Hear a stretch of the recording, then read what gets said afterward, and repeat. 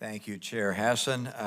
I am pleased to see a number of colleagues that I respect enormously who are here telling us how we can use our money better and assure that it's being spent wisely. I hate taking you away from your work and having you have to sit here and speak with us, and yet this becomes part of our record. As part of that, I guess we each get a chance to speak, and I apologize for slowing you down by listening to me speak, but I also want to make this part of the record. Far be it from me to change the traditions of the United States Senate. So we agree that the CARES Act was critically important for the country at a critical time. And I applaud the efforts that were carried out then, as I do today, but it's become clear, particularly as a result of the work that you all have done, that the oversight of funds tied to the CARES Act and other COVID relief legislation was lacking. And I look just not only to understand how we can recover some of the things which have been fraudulently taken, but what we can do to prevent mistakes like this in the future. In April of 2020, just a week after the passage of the CARES Act, Senator Tester and I wrote a letter to then President Trump asking him to provide Congress with a detailed plan on how the government would execute the use of those funds and accountability measures that be put in place to ensure that our dollars were spent efficiently and effectively. We also noted the vital role played by inspectors general in ensuring the public's trust in our government. Chief among those concerns was the level of fraud reported by the SBA. It concluded that there was some $36 billion of waste, fraud, and abuse in the pandemic assistance loan programs. But General Ware and his team have estimated the true number closer to $200 billion. So what the true number is, we won't know precisely, but it's an alarming figure in and of itself. I'm also concerned about the pending expiration of the Treasury Department's Special Inspector General for Pandemic Recovery, currently scheduled to sunset at the end of March of 2025. Considering this timeline also coincides with the maturing of loans and the Treasury Department's Main Street lending program, it'd be unwise to have these authorities expire at that time. So the COVID pandemic was, of course, a unique crisis. It upended much in our country, but I believe we have much to learn for how we can do a better job in the future when there are tragedies of that nature. So that is the purpose, I believe, of, at least for me, in our hearing today, and I look forward to hearing you with regards to your testimony from what you've learned, but also your advice on what you think we can do in the future to be better guardians of the people's money. I know that it is not your job to tell Congress how to do our job better. That's not why you're inspectors general. But nonetheless, you've been around long enough to say, why do these guys not do this? They should have done that instead. And so we want to learn from that experience. So with that, Madam Chair, I'm happy to turn back to our testimony. Thank you. General Ware, with his comment about repaying government loans and being honest with funds that one receives from the government, reminded me of a movie. I don't think I would have ever imagined the circumstance I would be bringing up a movie named Nacho Libre, but in that humorous comedy, there was an occasion when someone was stealing the chips that were going to be going to the orphanage, and the main character, Jack Black, said, "These are the Lord's chips, so you can't steal the Lord's chips." And he said it with a most interesting accent, which I won't try and imitate. Of course I watched that movie more than once. And somehow, I mean, I understand the sense that taking money from a church is stealing from God, and the book of Malachi talks about the punishments for that, but I also think stealing from the government falls not far behind in that we're stealing the resources of people who've worked and have put aside what they have earned to help our government, and for people to steal from that, either by not paying back a loan or by being dishonest in their use of the funds, is something I find quite extraordinary, and we have a responsibility to try and minimize that. And I'm going to ask about who it is that's doing it.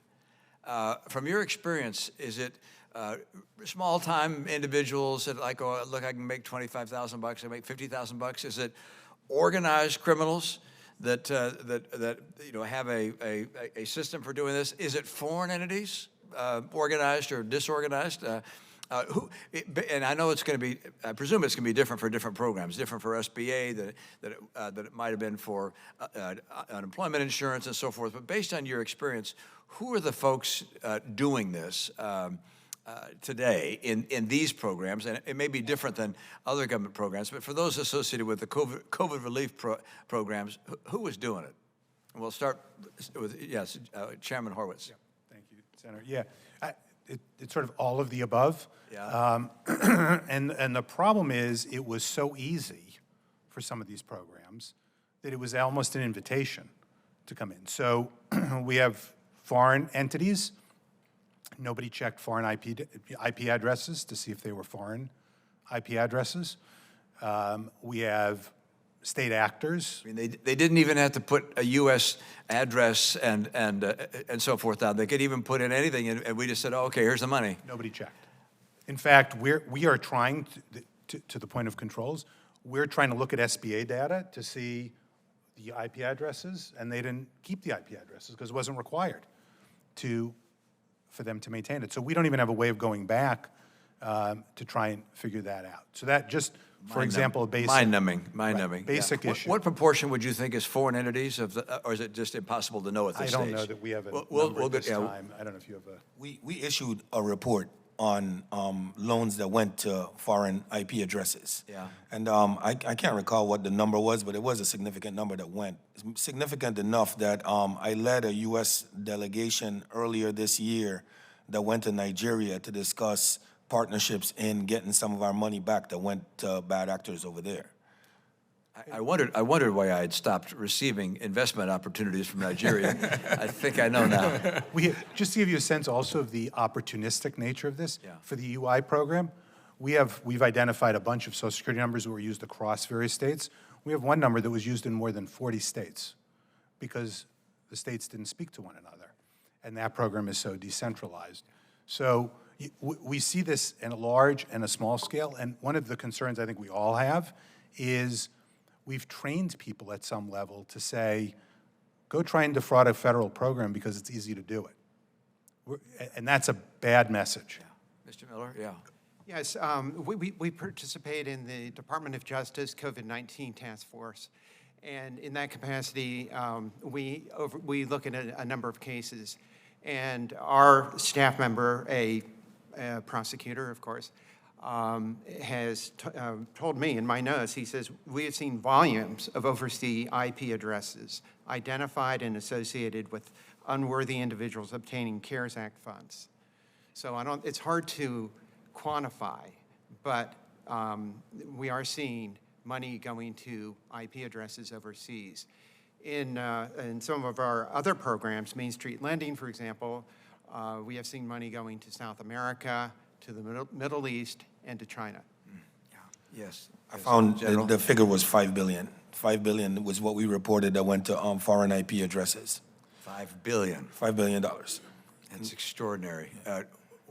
Why is it, do you believe, that people are so willing to defraud the government, to steal from the government? I mean, are our penalties too small? I mean, should we have far more punitive measures to go after people who steal from our government?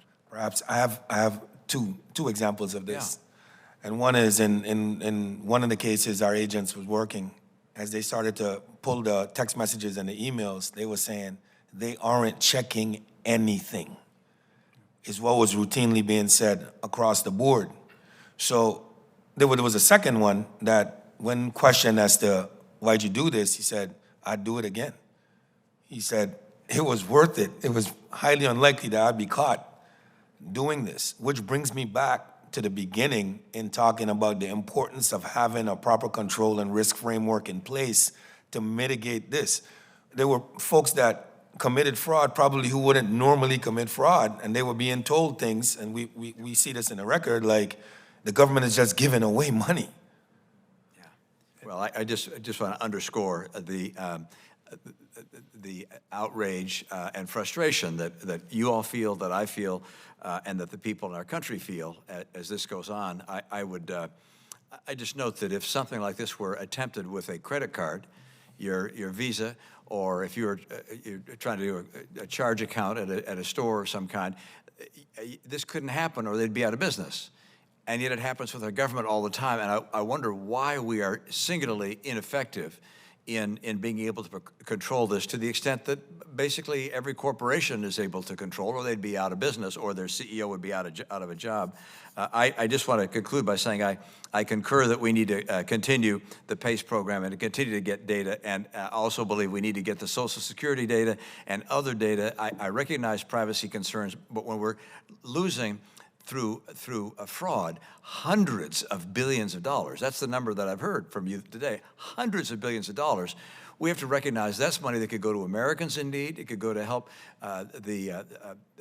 Israel in their defense of their land. It could help the Ukrainians. The idea that we're using this money, it's being used for fraud, is just simply outrageous. I also agree that we should extend the life of CIGPR, SIGPR, well beyond 325 because the timing is not propitious. Thank you, Madam Chair. Well, thank you, Ranking Member Romney. Before I move to Senator Ossoff, I was noticing that Mr. Horowitz seemed to want to say something in response, so I just wanted to give you the opportunity. If No, that's fine. I was going to echo what IG Ware said, which is I'm not sure the penalties are the problem, because we, for example, recently got a 25-year sentence on a fraudster and tried to get the news out about that.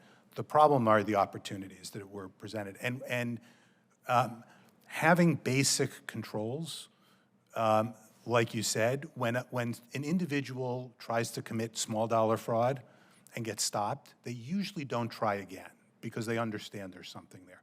That doesn't help perhaps with organized crime that are more sophisticated, but we could have stopped a lot, I think, of the lower dollar frauds, the non-organized crime, which is probably most of what occurred, because they wouldn't have had the attitude that IG Ware mentioned of, this is easy. The government is saying, come in, just take the money. We're not going to ask any questions. And if you tell people that, sadly, as you said, even in the worst pandemic, even when their citizens need the money, they're willing to come in and take the money. Yeah, Americans aren't stupid. If we're handing out free money, they'll be willing to take some.